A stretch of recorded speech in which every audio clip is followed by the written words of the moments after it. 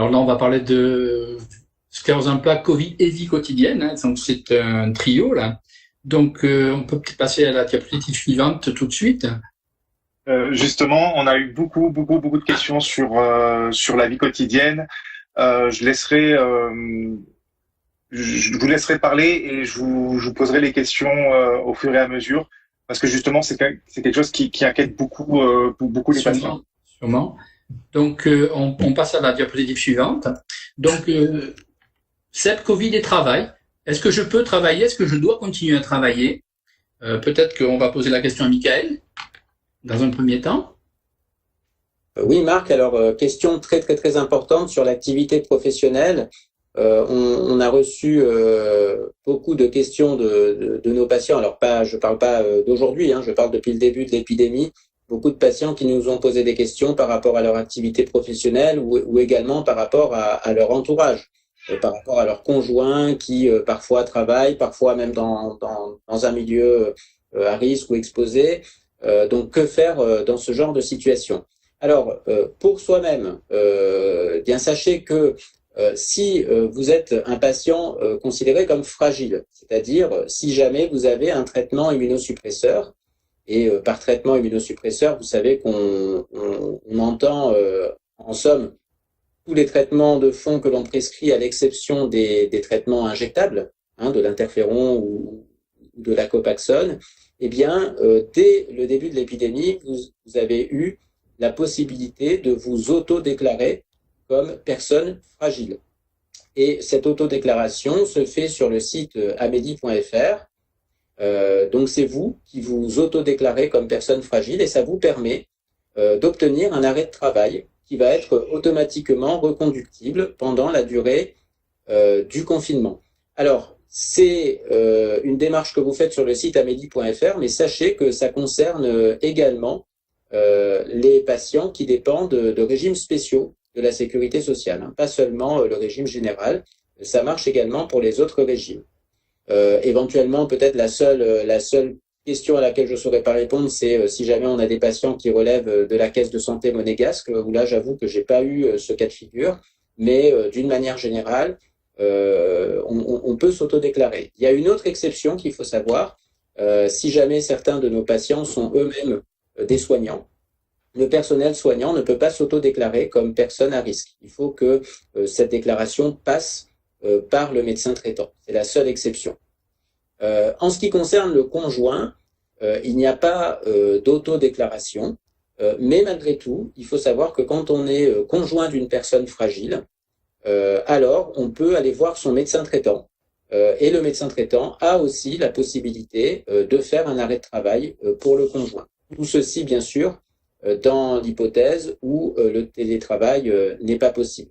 Et bien entendu, si jamais vous souffrez d'une autre comorbidité qui vous place à risque sur le plan cardiaque ou respiratoire, vous pouvez adopter exactement la même stratégie, c'est-à-dire vous autodéclarer comme personne fragile pour avoir cet arrêt de travail.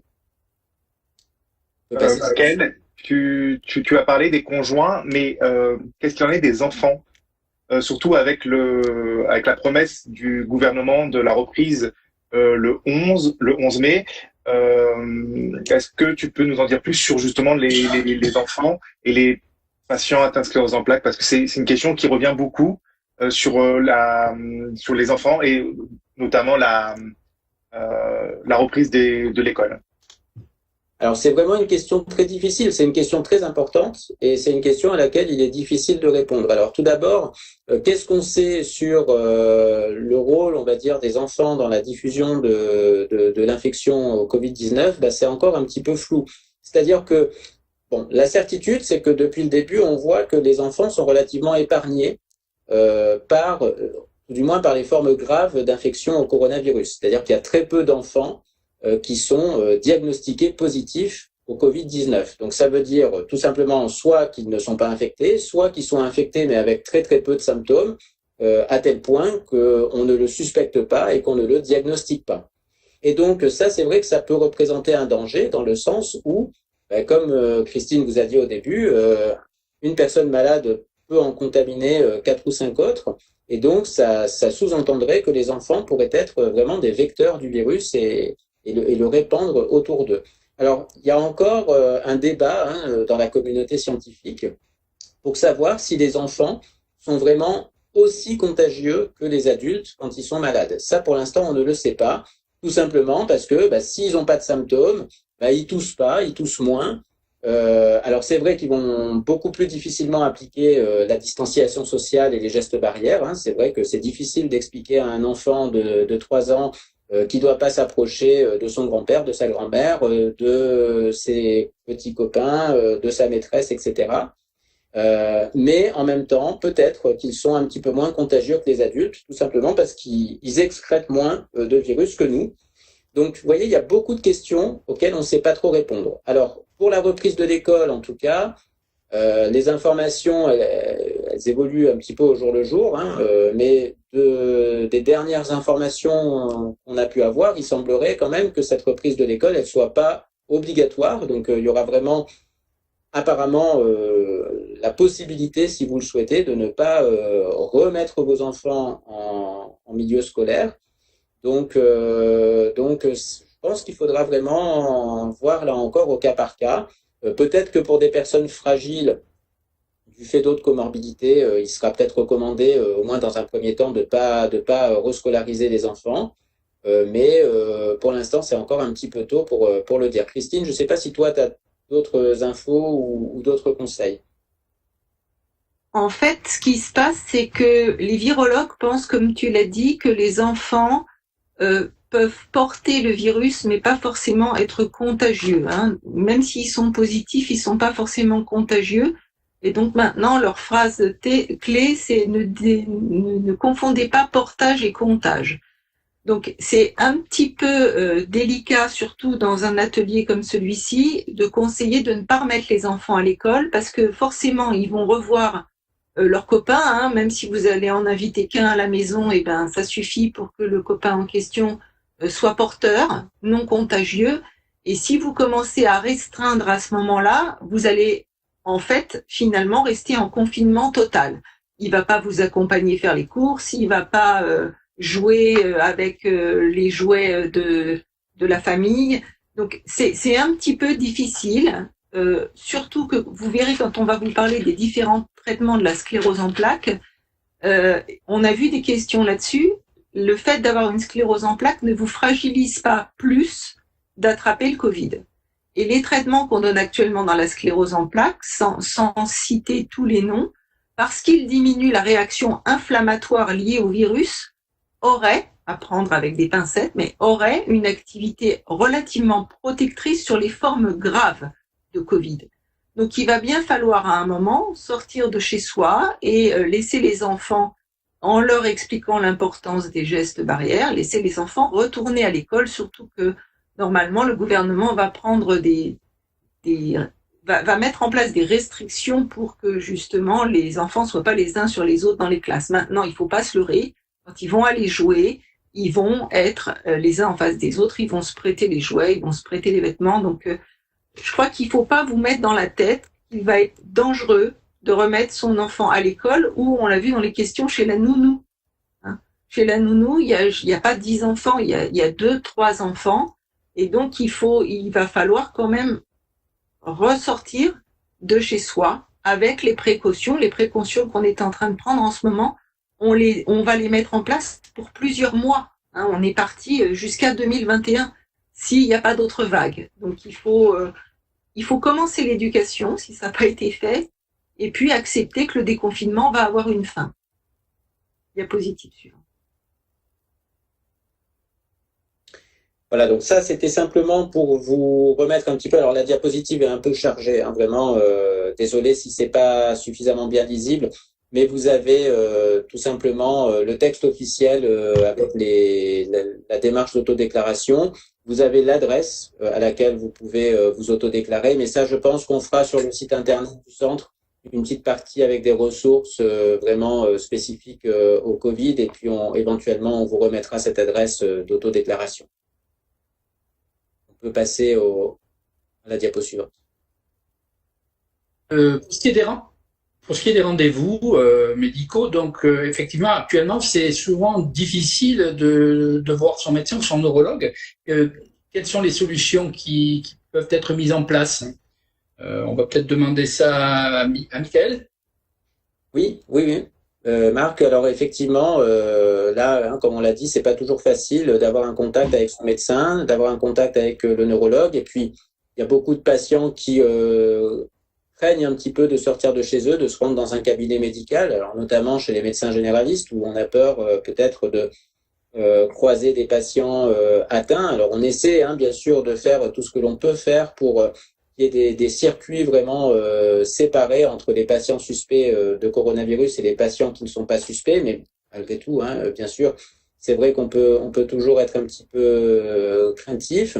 Alors, peut-être un des points positifs finalement de cette crise, c'est que ça nous a obligés, ça nous a permis vraiment d'accélérer de manière très, très, très importante les solutions de télémédecine, de téléconsultation. Je pense que certains auditeurs ici nous ont déjà vus les uns ou les autres en téléconsultation là depuis le début de l'épidémie. Il faut savoir que effectivement la plupart des fournisseurs de plateformes de téléconsultation ont proposé de manière gracieuse leurs services pour que ces téléconsultations puissent être déployées, que ce soit en médecine de ville ou en médecine hospitalière. Donc je pense que maintenant, quasiment tous les médecins doivent avoir à leur disposition une solution de télémédecine. De manière un petit peu inédite, je ne sais pas si vous aviez vu ça, mais au tout début de l'épidémie, le ministre de la Santé a même autorisé d'utiliser tous les moyens possibles, c'est-à-dire Skype, FaceTime, WhatsApp, toutes les applications que vous pouvez utiliser, peut-être notamment pour discuter avec vos proches que vous ne pouvez pas voir du fait du confinement. Et donc on s'est vraiment on a vraiment abandonné transitoirement, mais on a abandonné la sécurité des données au profit vraiment du service médical qui était nécessaire. Donc, il ne faut pas hésiter à contacter son médecin pour essayer d'avoir un rendez-vous en téléconsultation. On peut passer à la diapo suivante. Alors, beaucoup de nos patients ont accès à des soins de kinésithérapie. Et là, c'est peut-être un petit peu difficile de faire de la téléconsultation. Qu'est-ce qu'on peut faire? C'est vrai, tu as raison, Marc. Pour l'instant, il y a certaines régions qui ont pu installer le télékiné, mais c'est pas du tout la majorité des régions en France. Et la plupart des kinés, surtout pour les patients qui sont à mobilité très réduite, où il y a vraiment des interactions physiques entre le kiné et le patient, ne se déplacent pas au domicile ou ont fermé leur cabinet parce que le cabinet est trop petit pour respecter les règles de distanciation sociale. Donc, quand c'est possible et qu'ils peuvent s'équiper de masques, qu'ils peuvent réduire le flux de patients, ils le font. Mais il y a quand même malheureusement beaucoup de patients qui sont actuellement en rupture de rééducation. Diapositive suivante.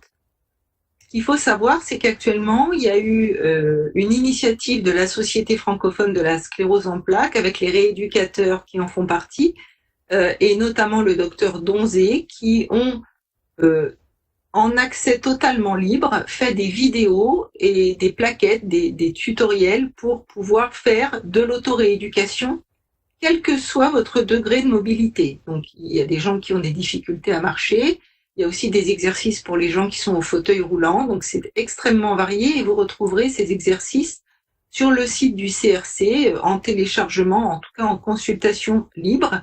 Et vous trouverez aussi d'autres types d'exercices sur le site de la Société francophone de la sclérose en plaques. Et lorsqu'il y a des fiches, vous pourrez les télécharger. Ce qu'il faut savoir, c'est que vous avez le droit d'effectuer une sortie quotidienne avec votre attestation sur vous, bien sûr, d'1 heure dans un périmètre de 1 kilomètre, seul ou avec un enfant. Il n'est pas question de sortir en famille, comme on le voit encore souvent quand on prend la voiture pour aller au travail. Il y a encore des personnes qui ne respectent pas cette règle. Diapositive suivante. Donc, n'hésitez pas à consulter ces fiches d'autorééducation.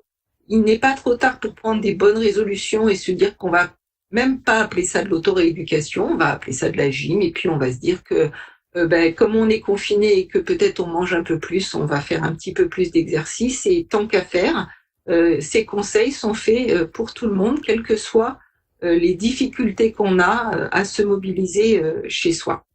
Il y a une autre équipe qui est l'équipe de Pomponiana Olbia, un centre de rééducation avec lequel nous travaillons à Hyères, dans le Var, qui a fait d'autres plaquettes d'autorééducation qui sont très très bien aussi, quel que soit le degré de difficulté de mobilité que vous avez. Donc des exercices à faire avec une chaise, avec votre table ou avec votre fauteuil roulant. Et puis n'oubliez pas de faire travailler votre mémoire. C'est vrai que c'est le moment de lire, c'est le moment de téléphoner à ses amis, mais c'est aussi peut-être le moment de faire des exercices pour cultiver sa mémoire. Et sur le site du CRC-CEP, vous pourrez avoir des exercices ou des petits liens vidéo qui ont été élaborés par notre neuropsychologue, Madame Joly, et vous pourrez comme ça ne pas perdre le fil des choses, parce qu'effectivement, les jours sont comme des semaines. Et quand on va pas travailler et que la télé nous abreuve toujours des mêmes informations, mais on arrive à plus savoir quel jour on est, ni même quelle semaine on est. Et on a le 11 mai en ligne de mire, mais on ne sait pas exactement quand est-ce que ça va survenir. Il y a aussi des exercices de sophrologie. Si vous commencez vraiment à vous sentir enfermé dans votre confinement, donc n'hésitez pas à aller vous balader sur le site du CRC-CEP, soit à l'onglet autorééducation, soit à l'onglet symptômes, et par symptômes, vous aurez comme ça des petites fiches ou des petites solutions qu'on vous donne. Diapositive suivante. Alors pour les gens qui seraient vraiment isolés avec un ou deux membres de leur famille et qui ont de réelles difficultés à faire ces fiches d'autorééducation ou à avoir son kinésithérapeute qui passe et qui ont un aidant qui peut les aider, il y a ces fiches qui ont été mises en ligne par le service du docteur Donzé, justement, la même qui a fait les fiches pour la Société francophone de l'Institut catholique de Lille, et qui donne des conseils aux aidants sur la chaîne YouTube pour étirer les membres inférieurs ou pour faire des exercices avec les membres supérieurs et les encadrer pour faire les bons gestes et pour pas que les gens se fassent mal. Donc ça, si vous avez la chance d'avoir un aidant qui peut vous aider à faire des exercices, et puis on le sait, les aidants qui aident les personnes à mobilité réduite, ils en profitent aussi pour se muscler le dos ou se muscler les bras. Donc c'est quelque chose qui n'est pas forcément une corvée, mais qui peut créer un lien dans la journée, de dire on va faire de la gymnastique, peut-être même pas appeler ça de la rééducation, mais de la gymnastique ensemble. Diapositive suivante. Alors, un autre sujet polémique cette année, c'est le port du masque. Donc, lors des déplacements, est-ce que je dois porter un masque? Est-ce que je dois porter des gants? C'est une question que se pose tout le monde, mais beaucoup de patients nous en ont parlé. Donc, je crois que Salim veut... Ouais, et je vais même préciser la question, parce que justement, elle revient aussi pareil dans les commentaires. Et c'est où puis-je trouver des masques? Alors, bien sûr, question importante. Alors, je crois qu'il faut dissocier la question des masques et puis la question des gants. En ce qui concerne les masques, il y a une vraie discussion que l'on va détailler. En ce qui concerne les gants, c'est quand même différent. Et clairement, aujourd'hui, il n'y a pas de recommandation pour porter des gants, y compris quand on va faire ses courses au supermarché. Et là, ça entre plus dans le cas. Enfin, c'est plus mon avis personnel, on va dire, mais je trouve que porter des gants, c'est même peut-être quelque chose de dangereux entre guillemets, dans le sens où on se croit faussement protégé parce qu'on porte des gants et on fait moins attention à certaines choses.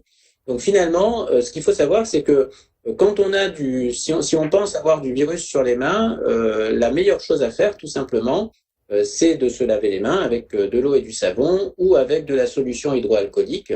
Et autant c'est vrai qu'il peut y avoir, vous savez, une grosse tension sur les stocks de masques, autant il y a quand même pas, en tout cas il y a beaucoup moins de tension sur les stocks de solutions hydroalcooliques, et je pense qu'on peut se procurer maintenant de la solution hydroalcoolique sans se ruiner.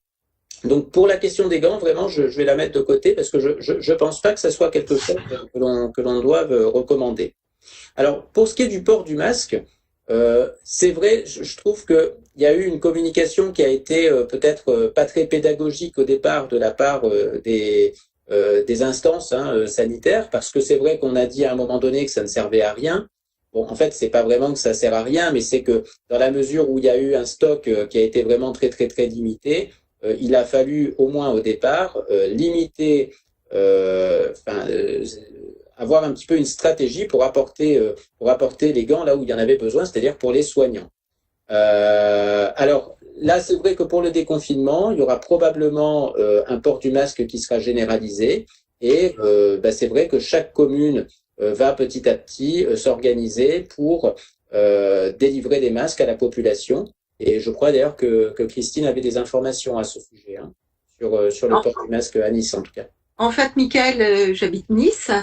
Donc, pour les personnes qui habitent à Nice, vous avez normalement tous reçu, en tout cas toutes les personnes qui sont en ALD, ont reçu un courrier de la mairie qui stipule que si l'on peut se déplacer, il faut qu'on aille chercher un masque à la mairie. Il va y avoir des distributions de masques. Mais il y a une toute petite phrase que beaucoup de gens ne voient pas, c'est que si vous êtes à mobilité réduite ou plus de 70 ans, ou si vous avez une difficulté quelconque pour vous déplacer, vous appelez le numéro ou vous inscrivez sur l'adresse internet qui est notée sur ce courrier et la mairie va vous livrer votre masque. Il serait complètement aberrant qu'on demande à des personnes à mobilité réduite, à qui on demande d'être confinées peut-être même un peu plus que les autres, d'aller se déplacer pour chercher un masque à la mairie. Donc notre mairie, en tout cas à Nice, a prévu cette situation. Donc téléphonez ou si vous avez, si vous êtes connecté aujourd'hui, si vous avez un petit peu l'habitude d'utiliser Internet, donc contactez la mairie et vous aurez votre masque qui est livré. Diapositive suivante. Alors, est-ce qu'on sait quand et surtout comment sera organisé le déconfinement? Est-ce que vous avez des informations que nous n'aurions pas? Peut-être Michael?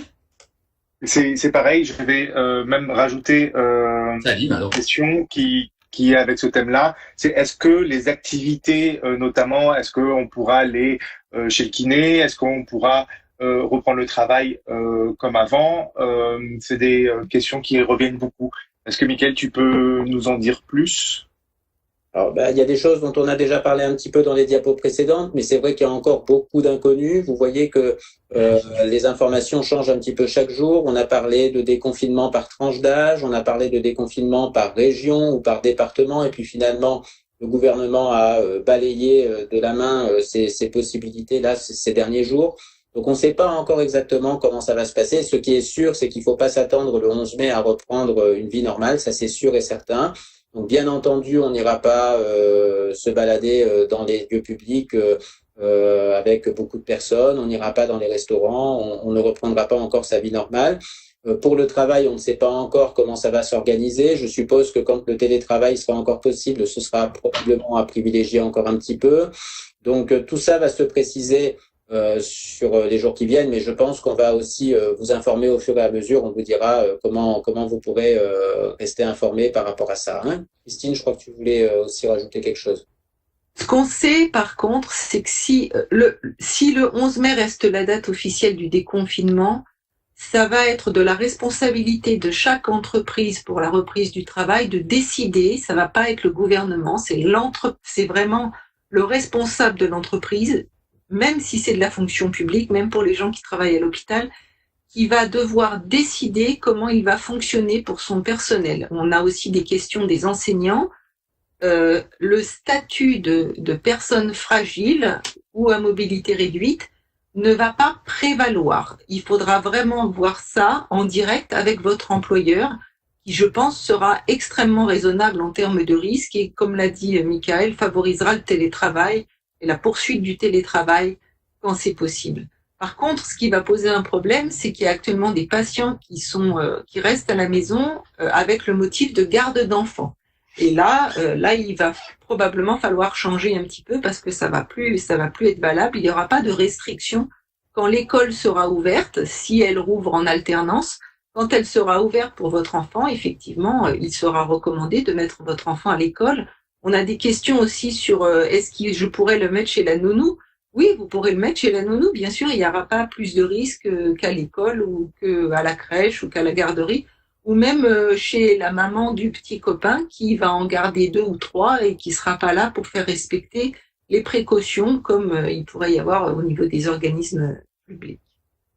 Diapositive suivante. Alors, qu'en est-il des traitements du Covid? Est-ce que vous pouvez nous parler un petit peu des pistes et de ce qui est en cours? Alors effectivement, Marc, on a fait le choix quand même de parler un petit peu de ce sujet qui vous intéresse sûrement, hein, de savoir un petit peu où on en est de la recherche. Alors sur la diapo suivante, ce que vous voyez, c'est que en fait, il y a plus de 360 essais thérapeutiques en cours actuellement contre le coronavirus, un petit peu partout dans le monde. Et la France, d'ailleurs, fait partie des pays qui sont les plus actifs en termes de recherche. Vous avez beaucoup de traitements qui sont essayés. Alors, vous avez notamment une étude dont vous avez peut-être entendu parler, qui est l'étude Discovery, qui est peut-être le plus gros essai thérapeutique qui a été mis en place avec 5 possibilités de traitement, ou plutôt 4 possibilités de traitement, et puis un groupe contrôle, c'est-à-dire un groupe de patients qui reçoit les soins standards, et avec une évaluation 15 jours après, pour voir si on peut améliorer l'issue de l'infection. Alors, on devrait normalement, dans les semaines qui viennent, avoir des premiers résultats par rapport à cela. Alors, sur la diapo suivante, prendre en charge l'infection au coronavirus, c'est simplement pour montrer que c'est quelque chose de compliqué. Alors, bien entendu, la prévention va toujours être quelque chose de très important, hein. Donc, les gestes barrières, la généralisation du port du masque, bien sûr, c'est quelque chose qui va permettre de prévenir, de ralentir la propagation du virus dans les semaines à venir. Et puis, pour prévenir, bien sûr, il y a cette question de la disponibilité d'un vaccin. Ce sera probablement le cas, mais il va falloir attendre un certain temps pour que ce vaccin soit disponible.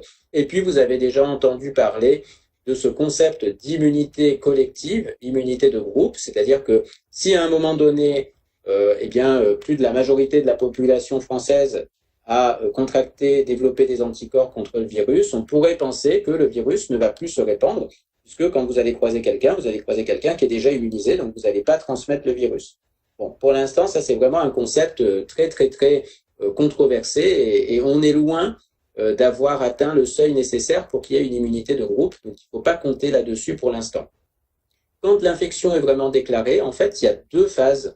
Il y a les premiers jours où le virus se réplique, et c'est là où vous avez la toux, la fièvre, parfois la perte du goût, de l'odorat. Et quand on est dans cette phase-là, effectivement, il faut essayer, alors ce qui est testé en tout cas, c'est de donner divers traitements pour attaquer le virus, pour essayer de limiter la diffusion du virus dans l'organisme avec beaucoup de traitements antiviraux. Donc notamment, alors on vous a parlé de chloroquine, hein, donc la chloroquine dont Christine va vous reparler tout à l'heure, son but aurait été éventuellement de ralentir la propagation de ce virus. Et puis, il y a le cas de figure des patients qui sont hospitalisés, et tous ceux qui sont malheureusement en réanimation et qui nécessitent un respirateur pour assurer leur fonction vitale. Eh bien, en fait, ces patients-là, c'est plus tellement le virus qui pose problème, c'est l'ampleur de la réaction immunitaire. C'est-à-dire que c'est le système immunitaire qui s'est emballé et qui a vraiment déclenché une réponse beaucoup plus nuisible que le virus en lui-même. Et dans ces phases-là, eh bien, on peut être amené à tester des traitements immunomodulateurs, voire des traitements immunosuppresseurs, y compris des traitements qu'on utilise dans la sclérose en plaques ou dans certaines maladies apparentées à la sclérose en plaques. Et donc, vous voyez que c'est pour ça que c'est un petit peu compliqué de faire la relation entre traitement immunosuppresseur et gravité de l'infection. Et c'est pour ça que certains experts pensent même que les traitements immunosuppresseurs de la sclérose en plaques sont peut-être protecteurs par rapport à ces formes graves, parce que ça pourrait d'emblée éviter l'emballement du système immunitaire. Donc, vous voyez, c'est pas simple, et probablement que les traitements immunosuppresseurs, dans certains cas, peuvent même être efficaces pour traiter les patients. Et puis, dernière chose, vous en avez peut-être entendu parler, c'est un concept aussi un petit peu original, c'est de soigner les gens par du plasma d'autres patients qui ont déjà guéri de l'infection, qui ont donc développé des anticorps, et on va pouvoir à ce moment-là réinjecter ces anticorps aux malades qui développent des formes graves, avec des résultats préliminaires qui sont assez encourageants, mais qui, bien sûr, doivent être confirmés dans des études un petit peu plus solides, avec un petit peu plus de patients. Sur la diapo suivante. Alors, c'est vrai qu'on a eu un grand battage sur l'hydroxychloroquine, et dans le sud de la France aussi, surtout. Et donc, est-ce que Christine, tu peux nous en dire un mot et nous donner ton avis sur ce sujet? Alors oui, bien sûr, on est obligé de vous parler de l'hydroxychloroquine. Vous savez que c'est un médicament qui est très très ancien, qu'on donne dans certaines maladies auto-immunes rhumatologiques ou traitées par les internistes. C'est le professeur Raoult qui a, dès le début de l'épidémie, annoncé que ce produit pourrait être protecteur à toutes les phases de la maladie, et il y a eu des prescriptions par les médecins de façon très très libre en disant dans le doute si ça fait pas de bien, ça fera pas de mal. Eh bien malheureusement, on a même du mal à comprendre à quel point cette médiatisation a pris, probablement parce qu'on était tellement désespérés face à l'agressivité du virus que tout le monde a bien voulu y croire.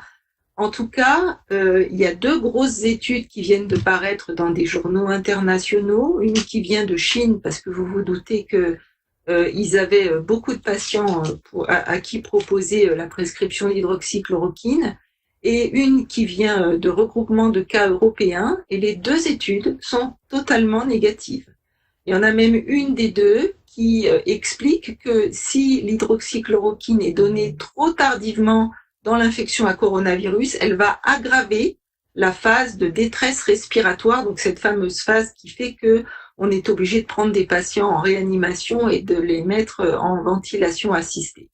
Donc le message est de dire que pour l'instant, les premières études scientifiquement bien conduites avec l'hydroxychloroquine, elles sont négatives. Alors on peut avoir des croyances, on peut avoir des convictions.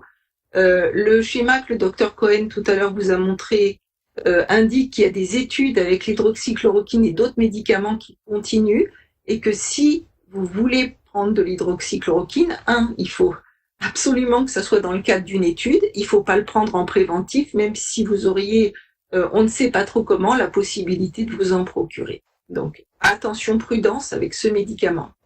Notre ministre de la Santé, d'ailleurs, hier soir, a communiqué officiellement pour dire qu'il était très très dubitatif sur l'avenir de ce médicament dans le traitement du Covid-19. Diapositive suivante. Alors voilà un petit peu ce que l'on pouvait déjà vous dire aujourd'hui sur la thématique donc sclérose en plaques, maladies apparentées et coronavirus. Alors bien entendu, les informations, vous en rendez compte, elles évoluent chaque jour. Et si vous voulez vous tenir informé, n'hésitez pas à nous suivre sur les réseaux sociaux. Donc à ce niveau-là, il faut vraiment rendre hommage et remercier Salim qui tient tous ces comptes de manière vraiment très très très régulière, et qui vous propose justement d'avoir des informations mises à jour le plus souvent possible. Donc vous pouvez nous suivre sur Facebook, sur Twitter, également sur YouTube où nous avons notre petite chaîne vidéo, et où l'on espère d'ici quelques jours d'ailleurs pouvoir vous proposer de revoir éventuellement cet atelier d'éducation thérapeutique si jamais vous le souhaitez. Alors Salim, peut-être avant de conclure, est-ce qu'il y a d'autres questions de la part de nos auditeurs? Oui, Mickaël, il y a eu beaucoup de questions, et je remercie tout le monde d'avoir participé, d'avoir joué le jeu et d'avoir posé toutes les questions auxquelles vous vous posez. Et il y a eu quelques questions qui n'ont pas encore trouvé réponse, notamment celle si le coronavirus peut provoquer ou générer ou augmenter des poussées. Alors je peux prendre la question. On vous l'a dit tout à l'heure, les patients qui ont une sclérose en plaques sont pas particulièrement à risque de contracter le Covid ou des formes graves de Covid. Il n'y a vraiment pas de susceptibilité particulière. Et on vous l'a dit aussi, quel que soit le traitement, votre traitement, même s'il est dans la classe des immunosuppresseurs, ne va pas faire que vous allez avoir une forme grave de Covid si vous contractez le Covid. Vous pouvez même être porteur asymptomatique. Les premiers résultats du registre français et même du registre européen ne donnent aucun signal de forme grave, quel que soit le traitement de la sclérose en plaques, ou pour les formes frontières, il y a vraiment aucun signal. Donc on est plutôt satisfait, on espère que ça va durer, et on espère que c'est pas un faux signal. Donc le fait de contracter cette infection ne va pas être responsable de poussée. Soyons clairs, comme toutes les infections d'ailleurs, les infections ne déclenchent pas des poussées de sclérose en plaques, et celle-là non plus d'ailleurs. il y a une autre question concernant les IRM. Est-ce que ne pas avoir eu son IRM est dangereux? Est-ce que il faut faire son IRM? Est-ce que Michael, tu peux répondre à cette question? Oui, Salim. Alors là encore, un petit peu comme pour les traitements, on a vraiment raisonné au cas par cas. Bien entendu, quand une IRM est nécessaire en urgence, aujourd'hui, on peut tout à fait avoir une IRM en urgence sans aucun danger. Il faut savoir qu'à l'hôpital, en particulier, il y a plusieurs machines d'IRM. Il y en a aujourd'hui certaines qui sont dédiées aux patients suspects d'infection au coronavirus et d'autres qui sont dédiées aux patients des soins tout venant. Donc oui, vous pouvez venir faire une IRM. Oui, cette IRM sera faite en toute sécurité pour vous.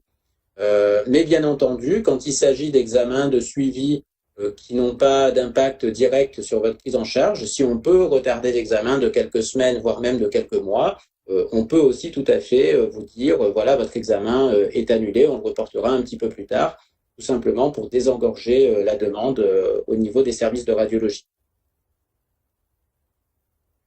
Christine, j'ai une question pour vous sur justement les masques, parce que vous avez répondu tout à l'heure. Si j'arrive pas à contacter la mairie, est-ce que vous avez d'autres conseils à donner pour récupérer des masques? Alors, j'ai pas de conseils parce que vous savez qu'actuellement, on ne sait pas du tout si on pourra, après le confinement, ce qu'on sait, c'est qu'il va falloir, comme dans la plupart des pays, il y ait le port de masque pour tout le monde. Et effectivement, pour les personnes qui sont inscrites au CCAS, c'est une information que j'ai d'une de nos patientes là sur le fil de chat. Tout le monde a été contacté pour recevoir ce masque, se le faire livrer ou aller le chercher. Par contre, les personnes qui sont jeunes et qui n'ont pas déclaré officiellement leur maladie ou qui sont juste déclarées au niveau du site Amélie, n'ont pas de raison, s'ils n'ont pas de dossier MDPH, de recevoir cette lettre pour avoir le masque. Donc effectivement là, tout le monde devra porter un masque. Et pour les personnes qui ne sont pas affiliées à un organisme particulier de la mairie ou du conseil général, ou là je vous ai parlé de Nice, mais par exemple pour les autres communes, je vous avoue que pour l'instant on n'a pas du tout d'informations. Il va falloir que chacun se rapproche du service des usagers pour savoir comment on peut se procurer le masque. Si simplement il suffit d'aller les chercher à la pharmacie, honnêtement ce serait le plus simple, mais pour l'instant on ne sait pas. Est-ce que vous avez d'autres questions ou est-ce qu'on va être limité par le temps? Salim? J'ai vu une question tout à l'heure sur le fil qui date d'il y a un petit moment au sujet des femmes qui viennent d'avoir un bébé, dont certaines sont suivies par nous et qui s'inquiètent en fait de contracter le Covid ou de savoir si elles vont pouvoir mettre leur bébé chez la nourrice à la fin du confinement. Il y en a certaines qui ont même accouché pendant le confinement qui se posent la question. Alors sachez que votre bébé, jusqu'à l'âge de 3-4 mois, il a les anticorps de la maman, même si vous l'avez pas allaité. Donc il n'y a pas vraiment de problème. Et on sait aussi que les bébés ne sont pas plus fragiles que les adultes face au Covid. Donc je pense que quand on fait garder son bébé, on s'assure que les gestes barrières vont être respectés. Si votre bébé n'est pas du tout sorti, s'il est né juste avant le confinement ou pendant le confinement, il n'y a aucun risque qu'il attrape le Covid parce que le Covid n'est pas rentré chez vous si vous avez été prudent. Hein, si les personnes d'un même foyer ont respecté strictement le confinement et ne sont pas du tout sorties, les gestes barrières sont minimums puisque le Covid n'est pas rentré dans le foyer. Donc c'est pareil pour les bébés qui viennent de naître et puis qu'il faudra mettre chez la nourrice, bien sûr, il n'y a pas de problème. Alors moi j'avais une question pour Christine à propos justement de la grossesse et du postpartum, le Solimédrol du postpartum. Quid? Alors, ça, c'est une question très précise qu'on ne peut pas traiter de façon générale, mais au cas par cas. Nous, au CRC de Nice, on a l'habitude de faire des corticoïdes en postpartum. Là, il va y avoir plusieurs restrictions. L'agressivité de la maladie avant la grossesse, si c'est une maladie qui était très agressive, on va continuer de le faire, mais on va favoriser une forme qui s'administrera à domicile et surtout, on va le faire plus court et pas pendant 6 mois, en préférant la reprise précoce du traitement de fond pour les raisons qu'on vous a indiquées tout à l'heure sur le fait que les corticoïdes ne sont pas recommandés et sont des immunosuppresseurs, alors que les traitements de fond auraient plutôt un rôle protecteur contre l'infection et les formes graves. Donc là, vraiment, ce sont des généralités, on ne peut pas aller plus précisément, il faudra qu'on voit au cas par cas les patientes qui auraient posé cette question. Il y a encore des questions, mais les réponses ont été données en début de direct, en début de live. On espère que cette vidéo sera disponible sur notre chaîne Facebook, notre chaîne YouTube et aussi sur Facebook. Donc, vous trouverez les réponses à vos questions dans le début de la présentation. Je ne sais pas si vous avez quelque chose à rajouter. La dernière diapositive, peut-être. Alors, en effet, on vous remercie tous d'avoir assisté à cet atelier d'éducation thérapeutique. Franchement, on ne savait pas trop comment ça allait se passer puisque c'est une première, mais on est vraiment agréablement surpris de voir le nombre de connectés, le nombre de questions que l'on reçoit. Donc, preuve que le sujet vraiment a de l'importance pour vous. On espère vraiment vous avoir apporté des informations qui vont être utiles pour votre vie de tous les jours. Bien entendu, je remercie aussi Christine, Marc, Salim d'avoir été présents pour cet atelier et encore une fois toute l'équipe d'AEI pour nous avoir permis de diffuser cet atelier en live aujourd'hui dans des conditions vraiment parfaites. Alors simplement plusieurs petites choses pour conclure. Tout d'abord, lundi prochain, 17h30, l'ARCEP vous propose également une webconférence sur le sujet Covid et sclérose en plaques avec 3 neurologues qui seront là pour échanger avec vous. Petit point par contre qui diffère de la conférence d'aujourd'hui, c'est qu'il faut vous inscrire. Alors bien sûr c'est totalement gratuit, mais il faut vous inscrire à l'adresse mail, je ne sais pas si vous la voyez très bien, webinar@arcep.org. Mais si jamais vous avez besoin de retrouver cette adresse, on vous la remettra également sur le site internet.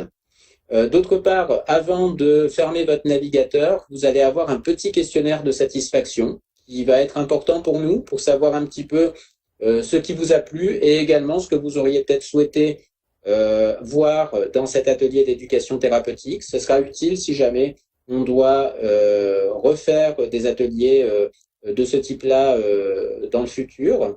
Et puis, bien sûr, peut-être qu'il y a des choses qui ne vous viendront pas en tête là tout de suite à chaud, mais que vous voudrez nous faire remonter un petit peu plus tard. Et surtout, n'hésitez pas à utiliser l'adresse mail que vous voyez sur votre écran, education.thérapeutique.cep, le tout sans accent, @chu-nice.fr, pour nous faire remonter les commentaires que vous pouvez avoir et éventuellement des suggestions pour des ateliers futurs. Voilà, je vous remercie encore une fois.